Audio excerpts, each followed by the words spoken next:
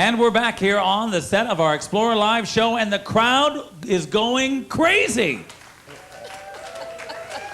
Ladies and gentlemen, we were just talking to the comedian who's going to be in the farewell show, but we're going to actually backtrack a little bit and go, we're going to rewind, and we're going to talk about Fast Forward. I know that sounds a little strange. Fast Forward is the name of our production show. You already had the chance earlier this week to enjoy a show called History Repeating, and tonight you're going to enjoy the Royal Caribbean Singers and Dancers in an all brand new show called Fast Forward. Here are two of the wonderful entertainers in the show. Will you please give a big round of applause right now for Adrian Fitt and Carlton Wilborn. Welcome to the show, you two. Thank you. Great to have you here. Thank you very much. This is our very first time, by the way. They have been on board now since Turku. Right. And this is the first time we've been talking about interviewing you guys, because so often people want to find out a little bit more about the singing and the dancing in the shows. So first, let's find out a little bit more about you up close and personal. Adrian, start off with you. Where are you originally from? I'm originally from New York.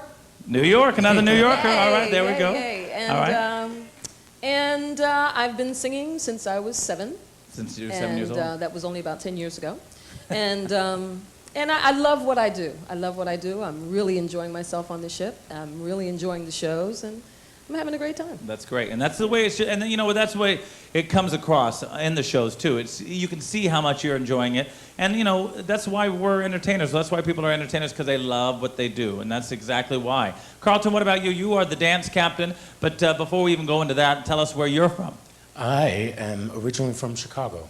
Originally from Chicago. Yeah, okay. I started dancing about, well, when I was 15 in high school. Okay. Got accepted into a performing arts magnet school, and did my thing there, joined a dance company, stayed there for 6 years, traveled around. Now I live in Los Angeles. I've been out there for about 11 years.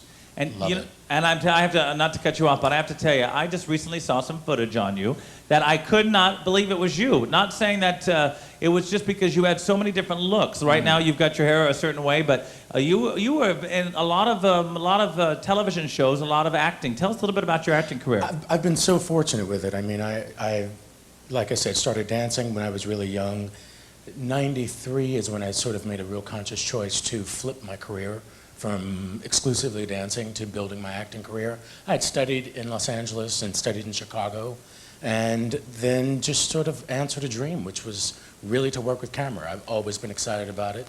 So the last 7, 8 years has been amazing. Yeah. Amazing ride. Had a couple different television series. Had one for Fox. Name a couple of these shows. Our show on Fox was called LA Firefighters, and I was Ray Grimes, Right. the tiller of the fire truck in the back. Did that, and then worked on a show called Fame LA, which was the Los Angeles version of Fame. Other than that, I have done NYPD lots of Blue. episodic work. Yeah. Yeah, the 1 hour dramas have been amazing. Got to work with the cast of NYPD Blue, got to work on Chicago Hope, got to work on LA Law. That was actually my very first acting job in LA, was doing LA Law. Oh, that's great. Since then, about 2 years ago, I really tried to focus away from television because I was moving that around in a really nice way, but I've been building my feature career and getting the film work behind me, and it's been really, really amazing. I am actually just got some really nice news. A film that I worked on last year called MacArthur Park, directed by an actor turned director, Billy Worth, just got accepted into dramatic competition at Sundance. Very cool. And so, yeah, it's really exciting. It's been Very a great well. journey. Good luck now with I'm that. here Yeah. on the ship, and this is amazing. Yeah. What made you think about taking a break from the film and/or television to come on board to be the dance captain of the world's largest cruise ship in these incredible shows? I mean, it's great that you're able to be here, but it seems like your career on land was going along well. Did you just want to take a break, or was everything kind of, because so often on land, as we know, things that you go quiet for a while, and nothing is happening. So is that why you came on board the ships? Or? I would say it was a combination of. I mean, I had definitely been there were new thoughts entering my brain that I didn't feel like I had the time to really focus on. Some personal, some career-oriented. And when I got the information on the cruise and how fabulous the ship is and what this experience would be, I thought, perfect, I can have some time for myself. And still also, perform. Ken, I really was looking forward to getting back to being a dancer again. Yeah. And I had really shut that down for about 7, 8 years.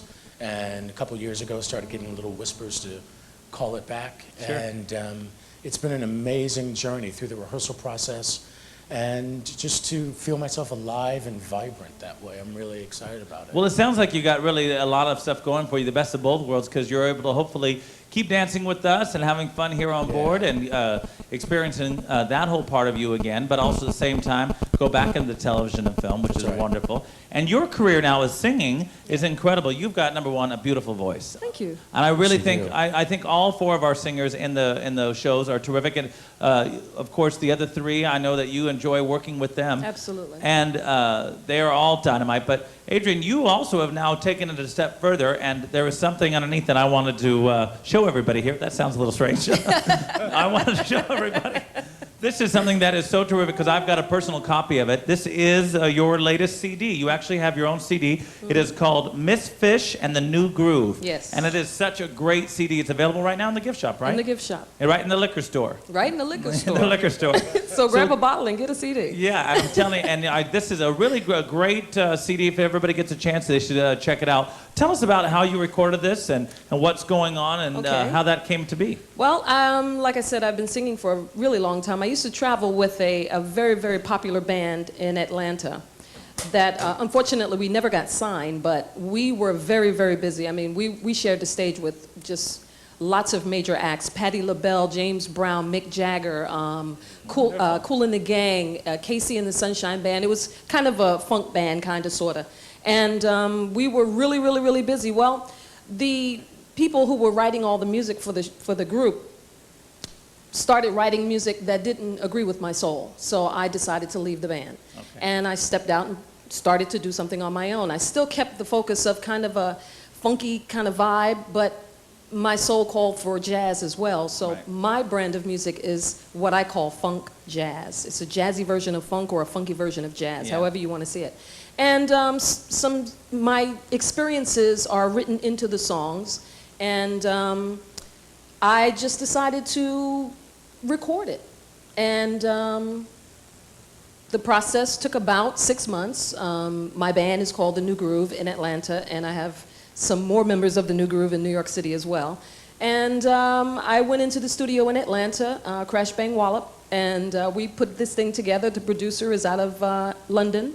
And we put it together, and it's been out, it'll be a year in January. And I've been selling it on the internet, at all of my shows. I'm selling it here on the ship. On my own, I've sold about 5,000 of these things, and which is really good for somebody who's not signed. Right. And just selling them by those vehicles, you know. So I'm very proud of it. I'm glad you like it. People really seem to dig it. Quite a few of the crew members have it as well, and they've been playing it on the PA and all that stuff, so I'm really happy for it. Yeah. Well, you know, again, I welcome everybody to pick it up because it is a great, great CD. And, you know, you never know. Imagine this, how many thousands of people we get to see every single cruise. Of course, 3,000. We're talking about, you know, 12 to 15,000 people come on board and see you in operation, see us in operation. You never know when that producer is going to be there, that director is going to be there, that casting director, that the person that's going to sign you guys, because again, you deserve to be signed. Both of you do. Thank you. And you know, I have to ask this story before we bring out our celebrity entertainer. You guys, I know we were watching Peter's show last night. He's terrific. He's going to come out here in a second. Before he does, I want to ask you this question, as like I have asked everybody else.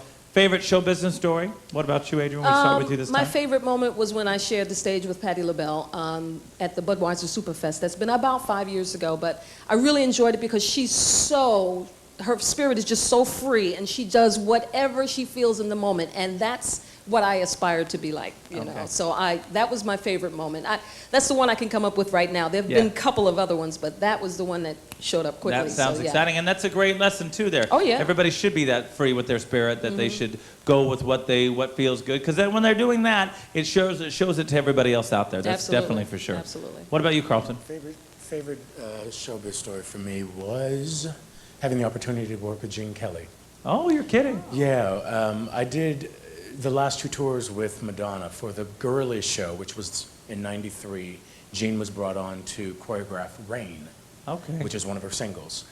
Gene Kelly choreographed a number for Madonna? How funny is that? He did. That is great. And it was amazing just to, you know, Gene Kelly, me being a dancer, and looking up to and being such a fan of his and Nice for man? years. He was very generous. Good. The capper for it for me came about 4 months after the tour was over. They were doing a roast for Gene Kelly in Los Angeles, and he wanted all of the dancers that he most respected, and I got invited. Wonderful. It was amazing. That is terrific. Yeah.